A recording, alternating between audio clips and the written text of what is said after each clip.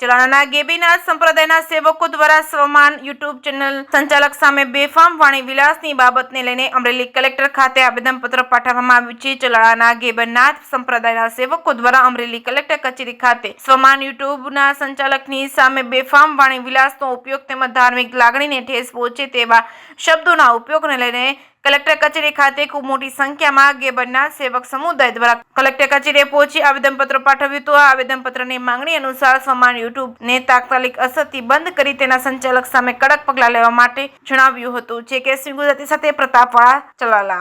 મારું નામ પૌભાઈ ભગત, મારું ગામ ચલાલા છે।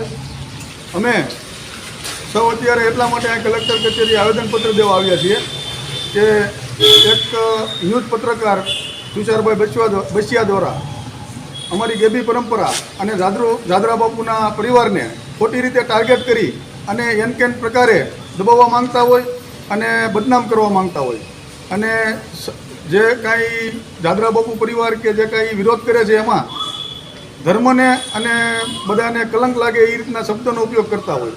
તો એટલા માટે અમે સૌ ભેગા થઈ અને આ આવેદનપત્ર દેવા આવ્યા છીએ અને હજી પણ જો આના માટે અમને યોગ્ય ન્યાય નહીં મળે તો ગાંધી ચિંધ્યા માર્ગે અમે આંદોલનકારી પગલાં ભરીશું।